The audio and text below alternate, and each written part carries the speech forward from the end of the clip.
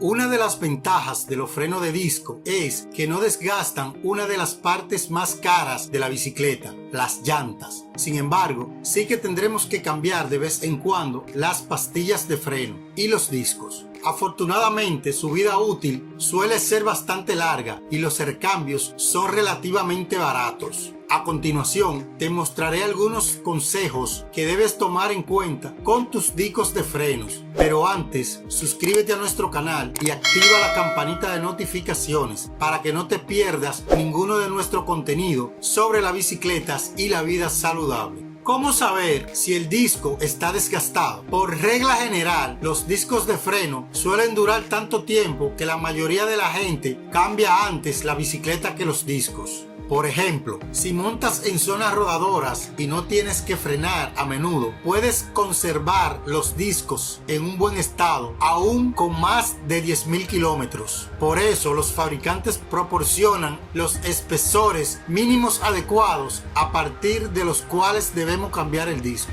Shimano recomienda que sus discos de freno que tienen un espesor inicial de 1,8 milímetros se sustituyan cuando la superficie de frenado tenga una anchura menor a 1,5 milímetros. Los discos de la marca Hop, que también tienen un espesor inicial de 1,8 milímetros, deben reemplazarse cuando este se reduce a 1,4 milímetros.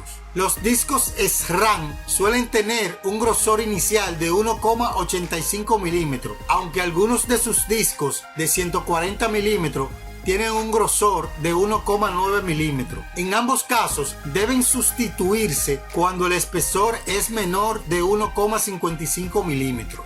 Esta información suele venir escrita en el propio disco. Por ejemplo, en el disco Shimano de la imagen podemos apreciar que dice mínimo TH igual a 1,5. Cuando ya conocemos el espesor mínimo recomendado por el fabricante, la forma más fácil de medirlo es con un micrómetro o con un calibrador pie de rey. Si no tienes ninguno a mano, intenta pedírselo a un amigo. Por supuesto, también tendremos que cambiar el disco si la zona de frenado no es homogénea o si hay hendiduras o huecos. Además, revisar y cambiar los discos es algo que suele olvidarse con frecuencia. Por eso, si sabes que tiene que cambiarlos, cámbialos lo antes posible. ¿Qué hacemos con un disco doblado? Los discos de freno suelen doblarse con bastante frecuencia al calentarse demasiado en bajadas fuertes y prolongadas por golpes o choques. Si tenemos mal alineadas las pinzas y las pastillas. Si les aplicamos demasiada presión lateral, por ejemplo, al meter la bicicleta en el coche, los trastos encima y debajo pueden presionar el disco y doblarlo. Notarás que la rueda se frena sola al girar o bien escucharás ruido rítmico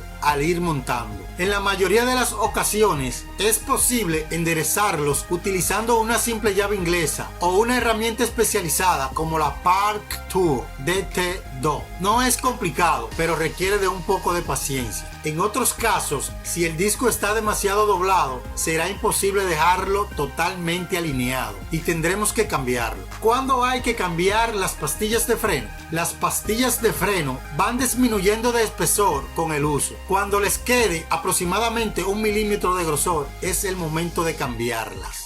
Es mejor no apurarlas demasiado porque el soporte metálico de las pastillas podría llegar a tocar el disco de freno, estropeándolo antes de tiempo. Si te gustó nuestro contenido, déjanos tu comentario y compártelo con tus amigos.